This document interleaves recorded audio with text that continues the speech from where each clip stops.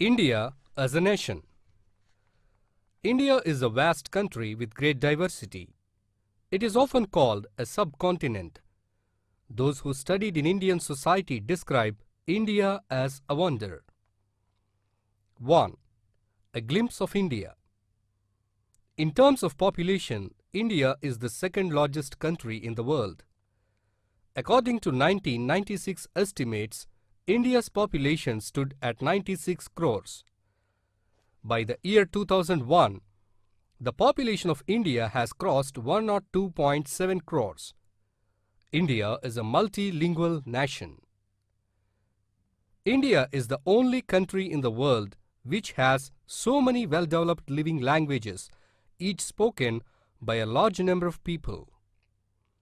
Telugu, for instance, is spoken by 8 crore people and ranks 16th in the world.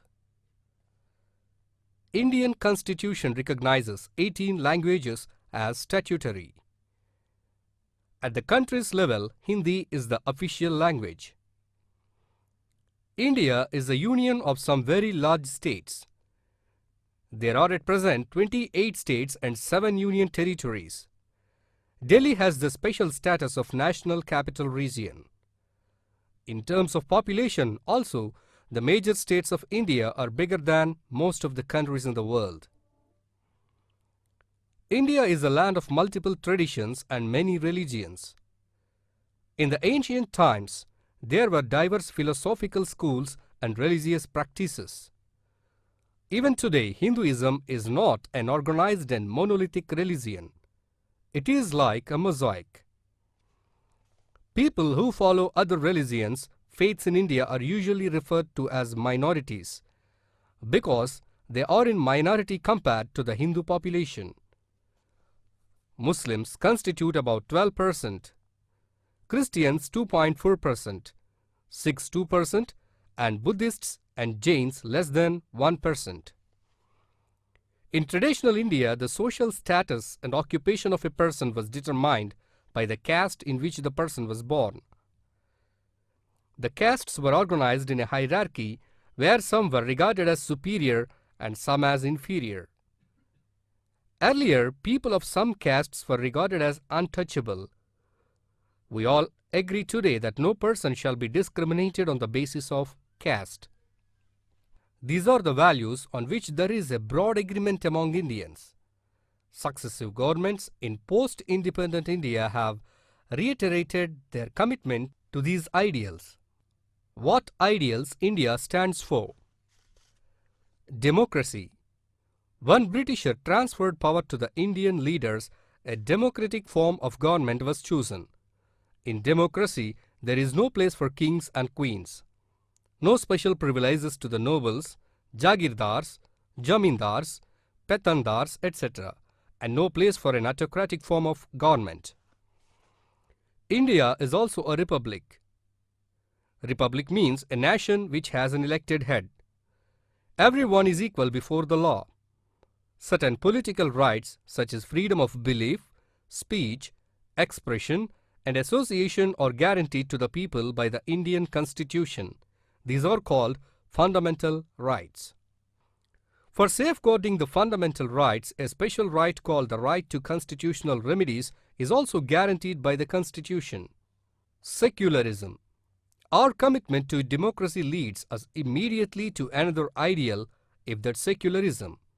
While Pakistan chose to become an Islamic state, India opted for a secular state. These perceptions are both a product of history and tensions in contemporary India.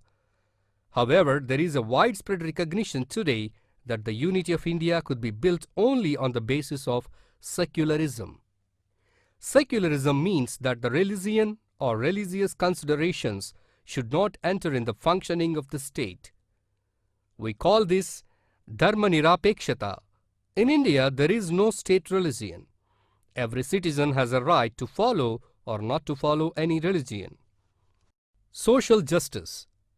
Another important ideal that India stands for is justice, social, economic and political, to all its people.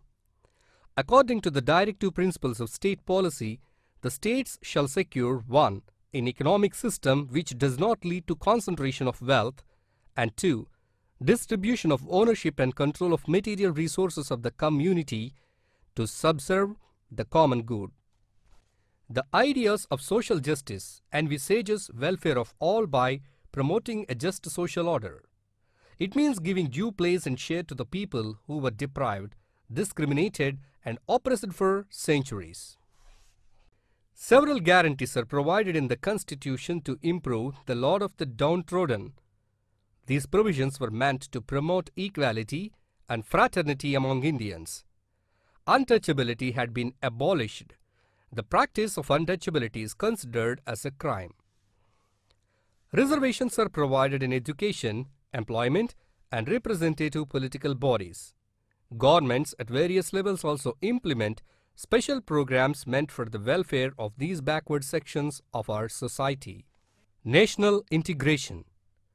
National integration means bringing together different groups of people into a whole through a free and equal association. It involves the promotion of a sense of belonging to the nation. Apart from political integration, it also means social, economic, and cultural integration. India is a vast country with tremendous diversity. In such a situation, the abolition of all differences is neither possible nor desirable. Thus, the progress of national integration in India is characterized by the ideal unity in diversity and recognition and respect for the differences in practice. 3. Factors to promote national integration. The historical legacy. India was the cradle of civilization in the ancient times. It took great strides in science, mathematics, and philosophy. It gave rise to many a philosophical school and to an egalitarian religion, Buddhism. Of course, social relations became oppressive by the time of the Buddha himself. Federalism. A true federal framework would help to strengthen the bonds between the different nationalities in India. After independence, states were reorganized on linguistic basis with a view to bring people who speak the same language and the related dialects into one political unit.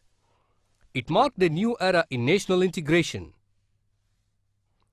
The Indian Constitution also provides a framework for building a strong federal India. Political parties. Political parties are another source for promoting national integration. They recruit members from different castes, tribes, religions, and regions. The national level parties have party organizations in different states. They want strong states to make India stronger. Removal of social barriers. National integration is essentially social and cultural integration. To attain such integration, the barriers of religious, caste, and other inequalities, discrimination, and prejudice should disappear. In urban areas, social discrimination is gradually declining. Tolerance is a distinguishing hallmark of Indian life. Some institutional arrangements. We also have same institutional arrangements in India which promote national unity. There is only one constitution for the whole country. The states have no separate constitutions. We have single citizenship, the citizenship of India, so as to realize the ideal of one people, one country.